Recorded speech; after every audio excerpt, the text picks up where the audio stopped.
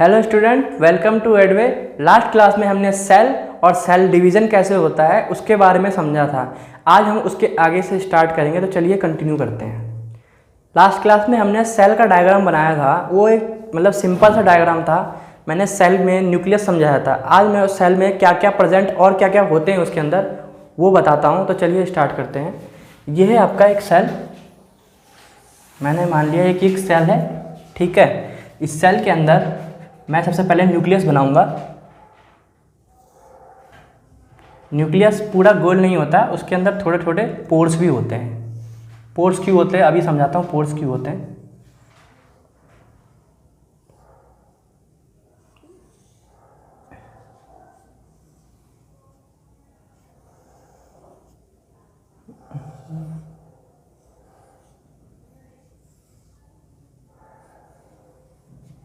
ये है आपका न्यूक्लियस।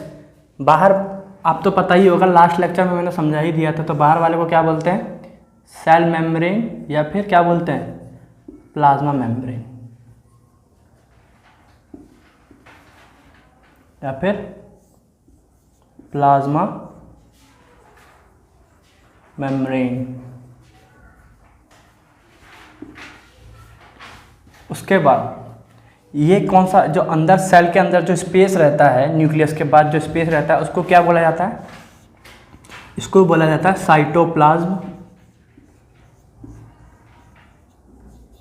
स्पेस मतलब देखो, ये न्यूक्लियस है आपका। न्यूक्लियस के बाद जो ये बाहर का जो स्पेस है आपका, ये क्या कहलाता है? साइटोप्लाज्म। साइटोप्लाज्म में क्या होता है? ऑर्गेनेलिज प्रेजेंट रहती है। अब ये ऑर्गेनेलिज क्या होता है? ये आपका जब 9th क्लास में एक चैप्टर है सेल वाला, उसमें आपने पढ़ा होगा, याद हो तो। एंडोप्लाज्मिक रेटिकुलम, ईआर जिसे बोलते हैं, गोल्जी बॉडी, गोल्जी बॉडी के बाद माइटोकॉन्ड्रिया, ये सारे क्या होते हैं? इसमें प्रेजेंट रहते हैं। तो हम बोल सकते हैं यहाँ पे क्या प्रेजेंट रहते हैं? ऑर्गेनेलिज।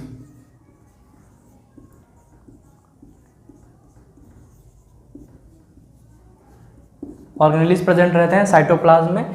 इसके बाद ये आपका न्यूक्लियस कहलाता है। ये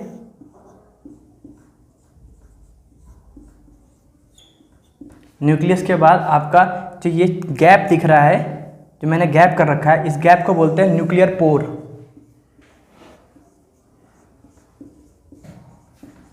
न्यूक्लियर पोर। न्यूक्लियर पोर में होता क्या है? अंदर न्यूक्लियस के अंदर कुछ भी चीज़ सिंथेसिस हो रही है, वो क्या करके पैसिव ट्रांसफर कर सके, मतलब बाहर की तरफ आ सके जा सके, या फिर यहाँ कुछ चीज़ बन रही है जो न्यूक्लियस को चाहिए वो जा सके। तो वो काम करता है कौन? न्यूक्लियर पोर करता है। उसके बाद हम बात करेंगे न्यूक्लियर पोर के बाद, इसके अंदर आपका ऐसे कुछ थ्रेड लाइक स्ट्रक्चर रहता है।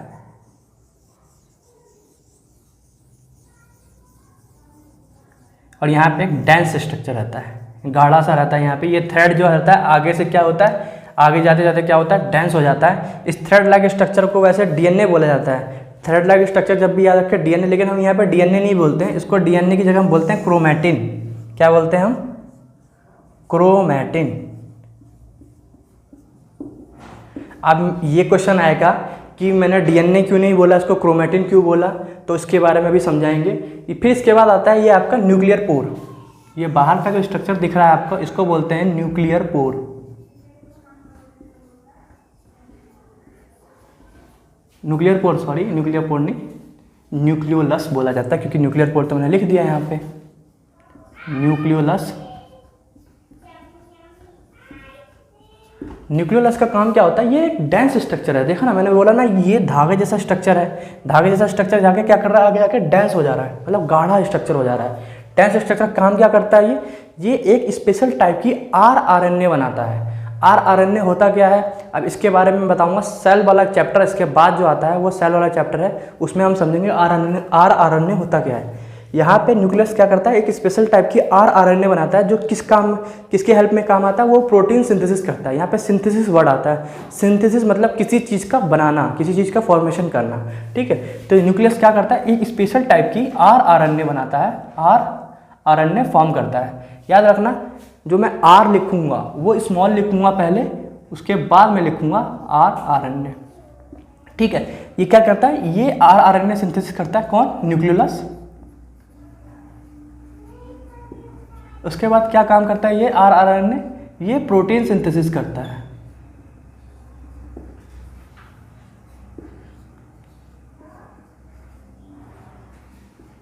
क्या करता है, प्रोटीन सिंथेसिस करता है। अब न्यूक्लियोलस का भी बड़ा रोल है। जब सेल डिवीजन पढ़ते हैं तो हम बोलते हैं कि न्यूक्लियोलस क्या हो रहा है, डिसअपियर हो रहा है, यानी डिसअपियर हो रहा है, यानी प्रोटीन बनना क्या हो रही है, नहीं, प्रोटीन बनना बंद हो रही है। जब सेल डिवाइड होता है इसका मतलब कहीं ना कहीं हम इस चीज़ से रिलेट कर सकते हैं, जब सेल डिवाइड हो रहा है तो प्रोटीन क्या होती है, नहीं बनती है। लेकिन हम ये बोलते हैं कि ऑर्गेनिज क्या हो रहा है, ये डबल हो रहे हैं, क्योंकि डबल इसलिए होंगे, डुप्लीकेशन ऑर्गेनिज्म इसलिए होगा क्योंकि हम एक सेल से दो सेल में डिवाइड कर रहे हैं, तो उसके पास भी वही ऑर्गेनिज जाने चाहिए ना, सेम टू सेम कॉपी। इसलिए हम बोलते हैं कि ऑर्गेनिज क्या हो रहा है, डिवाइड कर रहे हैं, और जो है न्यूक्लियस क्या हो रहा है, डिसअपियर हो रहा है। ये हम आगे पढ़ेंगे, ठीक है। तब तक इसका स्क्रीनशॉट ले लो।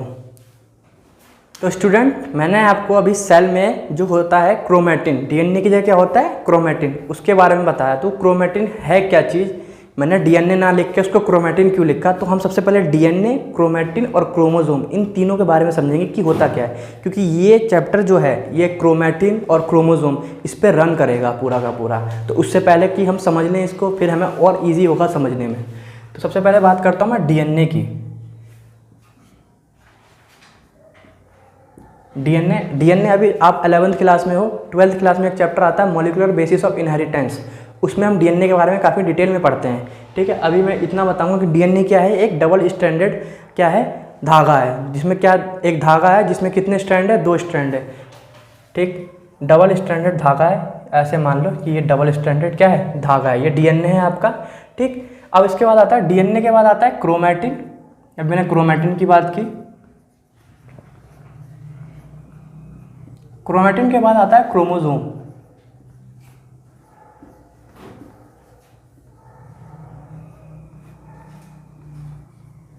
ठीक है। डीएनए क्या होता है, क्रोमैटिन क्या होता है, क्रोमोसोम क्या होता है, ये पूरा का पूरा चैप्टर जो है इसमें ये शब्द आपको मिलते रहेंगे। क्रोमैटिन क्या होता है, क्रोमैटिन के बारे में बोलेगा, कभी क्रोमोसोम के बारे में बोलेगा। तो उससे पहले हम इसको समझ लें, क्योंकि बाद में कन्फ्यूजन क्रिएट हो, इससे पहले हमसे समझ लेना चाहिए। पहले ये डीएनए है, आपको क्या दिख रहा है साफ साफ, ये कंडेंस नहीं है, मतलब इकट्ठा नहीं हो। कंडेंस मतलब किसी चीज़ का इकट्ठा होना, इकट्ठा नहीं हो रहा है। डीएनए क्या करता है, ये मैंने डीएनए बना लिया, ये डबल स्टैंडर्ड आपका डीएनए है। डीएनए क्या करेगा, जब इकट्ठा होना शुरू करता है, ये थोड़ा सा इकट्ठा होना शुरू हो गया, कंडेंस होना शुरू हो गया, इसको हम इकट्ठा ना बोलेंगे, कंडेंस बोलेंगे। ये कंडेंस होना शुरू हुआ, ये थोड़ा सा कंडेंस है अभी। जब ये थोड़ा सा कंडेंस है तो इसको हम बोलते हैं क्रोमैटिन,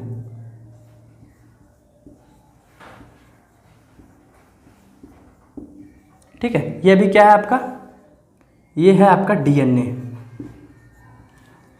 जब ये थोड़ा सा कंडेंस हुआ, कंडेंस होने के बाद क्या हुआ, क्रोमैटिन बना। थोड़ा सा कंडेंस हुआ, क्या हुआ, ये कंडेंस होने के बाद क्या बना है, क्रोमैटिन बना है, ठीक। अब मैंने इसको और कंडेंस कर दिया, थोड़ा सा और कंडेंस कर दिया, थोड़ा सा और कंडेंस कर दिया, ये और कंडेंस किया मैंने, और कंडेंस करने के बाद क्या मिलता है मेरे को, ये मिलता है क्रोमोसोम।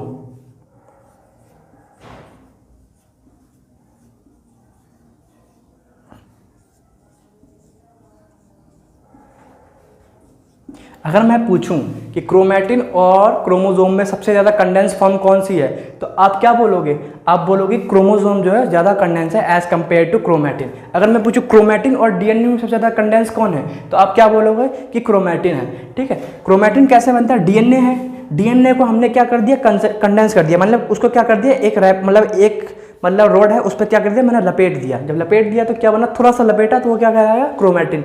फिर उसको और कंडेंस कर दिया, यानी कि और गाढ़ा कर दिया। जब और गाढ़ा किया तो क्या बन गया, मेरा क्रोमोसोम बन गया। अगर मैं कंडेंसेशन देखूँ तो कंडेंसेशन कैसे इंक्रीज हो रही है, इधर तक जब हम इधर जा रहे हैं तो कंडेंसेशन क्या हो रही है, इंक्रीज हो रही है।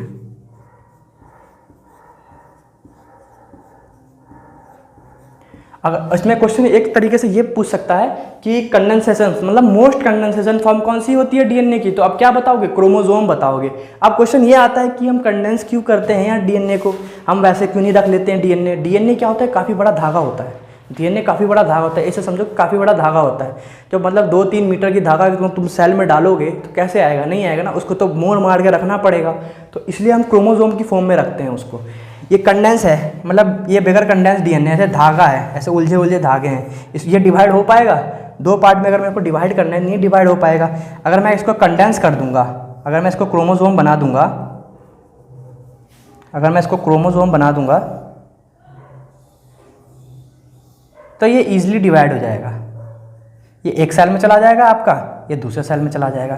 तो कंडेंसेशन इसलिए ज़रूरी होती है ताकि हम जो हमारा क्रोमोसोम बन रहा है या फिर ये डीएनए जो बन रहा है वो हम 2 सेल में क्या कर सके, डाल सकें। तो जल्दी से इसका स्क्रीनशॉट ले लो। तो स्टूडेंट मैंने आपको डीएनए, क्रोमैटिन और क्रोमोसोम ये समझाया। एक बार इसके बारे में दोबारा समझते हैं कि क्रोमैटिन कब दिखता है और क्रोमोसोम कब दिखता है।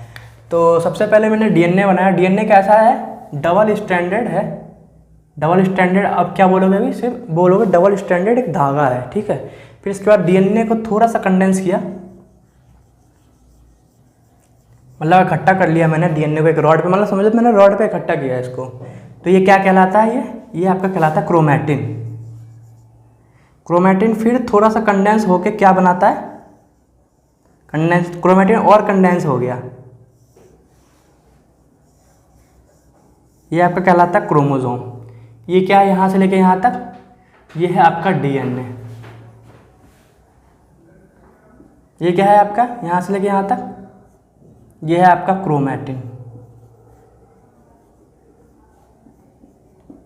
ये क्या है आपका, ये है आपका क्रोमोसोम। कंडेंसेशन कहाँ से इंक्रीज हो रही है, ऊपर से नीचे इंक्रीज हो रही है, फिर नीचे से ऊपर में इंक्रीज हो रही है। तो नीचे से ऊपर से नीचे तक में इंक्रीज हो रही है कंडेंसेशन, ये बोल सकते हो आप। ये सबसे कम कंडेंस, ये ज़्यादा कंडेंस, ये उससे ज़्यादा कंडेंस, ठीक है।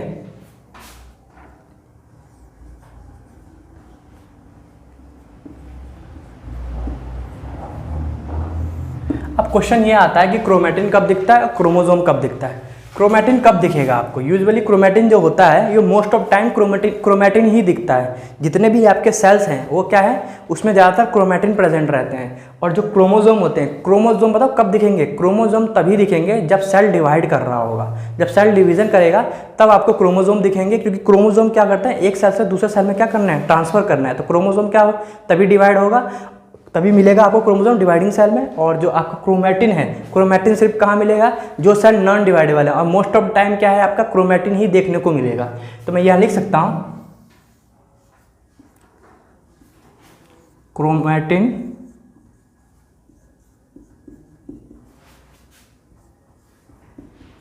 Visible most of time in cell, ठीक है। और आपका क्रोमोसोम हो गया, क्रोमोसोम कब दिखेगा, क्रोमोसोम विजिबल ओनली व्हेन, जब सेल क्या कर रहे होंगे, डिवाइड कर रहे होंगे, when cell divide. Skin cell है, स्किन सेल हमारे डिवाइड नहीं करते जल्दी। तो स्किन सेल में कौन सा प्रेजेंट रहेंगे, स्किन सेल, या फिर स्किन सेल बोल लो या फिर न्यूरॉन बोल लो। न्यूरॉन जो होते हैं, न्यूरॉन कभी भी डिवाइड नहीं करते। तो उसमें क्या देखने को मिलेगा आपको, उसमें क्रोमैटिन देखने को मिलेगा। और आपका जो प्याज होता है या अनियन होता है, अनियन की जो टिप होती है, उसमें क्या होता है, उसमें आपका मतलब सेल डिवाइड, मतलब डिवाइड जो करते हैं सेल, वो वाले आपको प्रेजेंट मिलेंगे। तो वहाँ पे क्या देखने को मिलेगा, वहाँ पे आपको क्रोमोसोम देखने को मिलेगा। क्रोमोसोम कहाँ पे देखने को मिलेगा, जब सेल डिवीजन होगा या फिर सेल डिवाइड कर रहा होगा तो आपको क्रोमोसोम देखने को मिलेगा। और मोस्ट ऑफ द टाइम क्या देखने को मिलेगा आपको, क्रोमैटिन देखने को मिलेगा। और मैंने आपको बताया ही था कि इसको कंडेंस क्यों किया जाता है। कंडेंस इसलिए किया जाता है कि अभी बता देता हूँ, दोबारा बता देता हूँ मैं। कंडेंस ये धागा है, आप धागों को कैसे आधे आधे डिवाइड कर सकते हो, किसी सेल में कैसे डाल सकते हो, धागे को नहीं डाल सकते हो ना। तो उसको किस लिए, इसलिए कंडेंस किया जाता है ताकि क्रोमोसोम बन गया आपका, ये क्रोमोसोम बन गया, मैंने क्रोमोसोम बना दिया। अब क्रोमोसोम ईजिली डिवाइड हो जाएगा, क्या हो जाएगा, easy to divide in cell. Easy divide करके हम एक सेल से दूसरे सेल में क्या कर सकते हैं, ट्रांसफर कर सकते हैं। तो इसका स्क्रीनशॉट ले लो। तो स्टूडेंट मैं आपको फिर बताता हूँ कि क्रोमैटिन और क्रोमोसोम कब देखने को मिलेगा। मैं एक डायग्राम के थ्रू समझाता हूँ उसको, कि यह है आपका नॉर्मल सेल। एक मैंने नॉर्मल सेल ले लिया, नॉर्मल सेल है ये आपका। नॉर्मल सेल में क्या है आपकी, ये है आपका न्यूक्लियस, ठीक है। न्यूक्लियस के अंदर मैंने क्या बताया था आपका, क्रोमैटिन प्रेजेंट रहेंगे। क्रोमैटिन के बाद क्या रहेगा, एक डेंस स्ट्रक्चर रहेगा। इसको क्या बोला है मैंने, आप बताओ जल्दी से, मैंने बता दिया इसको, न्यूक्लियोलस बोलते हैं इसको, क्या करता है न्यूक्लियोलस, मुझे बताना। आरएनए बनाता है, आरएनए क्या करता है, एक स्पेशल टाइप का प्रोटीन बनाती है, ठीक है। ये आपका क्या है न्यूक्लियोलस, ये है नॉर्मल सेल। कैसे सेल है ये, नॉर्मल सेल है। और ये क्या है आपका क्रोमैटिन है। अब मैं एक बना रहा हूँ डायग्राम डिवाइडिंग सेल। जो सेल क्या करेगा, डिवाइड करेगा। जो डिवाइड करता है सेल, उसके अंदर क्या क्या देखने को मिलती है उसके बारे में बात करेंगे। ये है आपका डिवाइडिंग सेल, एक जो सेल क्या करने जा रहा है, डिवाइडिंग करने जा रहा है, डिवाइड करने जा रहा है,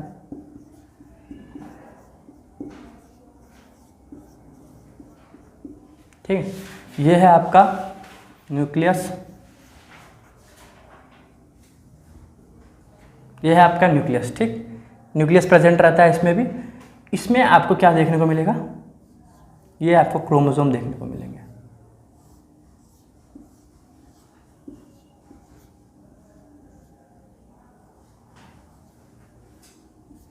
क्या है आपके, ये क्रोमोसोम्स हैं, ठीक।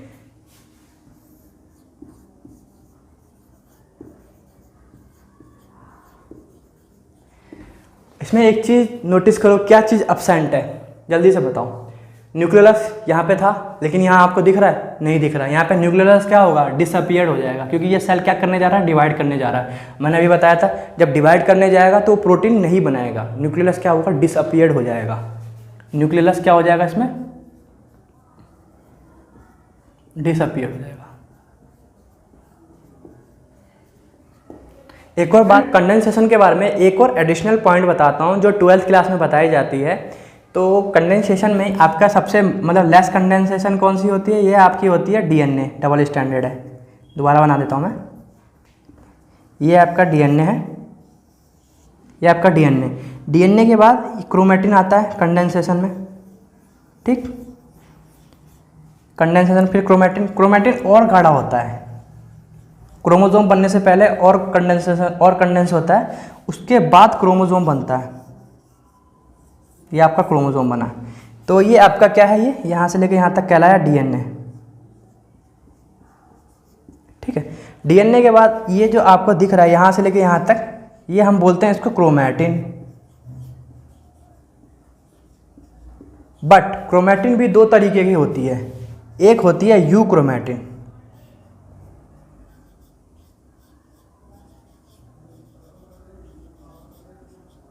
जो कि लेस कंडेंस होती है, कम होती है।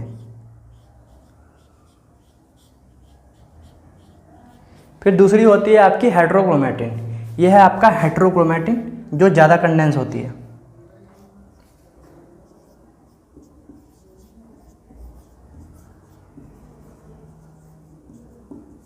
ये आपका हेट्रोक्रोमैटिन है। हेट्रोक्रोमैटिन क्या है, मोर कंडेंस होती है आपकी।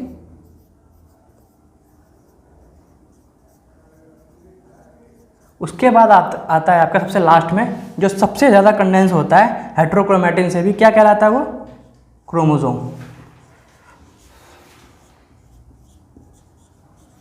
तो ये एक मैंने एडिशनल पॉइंट बताया है जो 12th क्लास में बताया जाता है, लेकिन आप अभी से याद करके चलोगे तो आपका 12th में और फायदा होगा। आपके बेसिस अभी से क्या होंगे, स्ट्रांग होंगे। You chromatin less condense, heterochromatin more condense. क्या है ये दोनों, किसका पार्ट है, क्रोमैटिन का पार्ट है। उसके बाद जो सबसे ज़्यादा कंडेंस होता है वो क्रोमोसोम होता है। अगर मैं आपसे क्वेश्चन पूछूं कि क्रोमोसोम मोस्ट कंडेंस होता है या फिर आपका हेट्रोक्रोमैटिन सबसे ज़्यादा कंडेंस है, तो आप क्या बताओगे, आप बताओगे क्रोमोसोम ज़्यादा कंडेंस है। ये कंडेंस तो है ही, लेकिन उससे ज़्यादा कंडेंस क्या है, क्रोमोसोम है ना, ठीक। और यहाँ पे क्रोमोसोम और इसके बारे में बात करने यू क्रोमैटिन की, तो ऑब्वियस सी बात है आप क्रोमैटिन ही मतलब क्रोमोसोम बताने वाले हो, तो इसका स्क्रीनशॉट ले लो।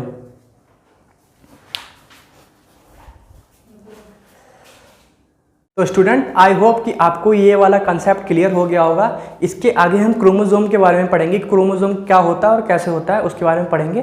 तब तक आप पढ़ाई करते रहिए और इस चैनल को ज़्यादा से ज़्यादा सब्सक्राइब कीजिए और लाइक कीजिए। Thank you so much.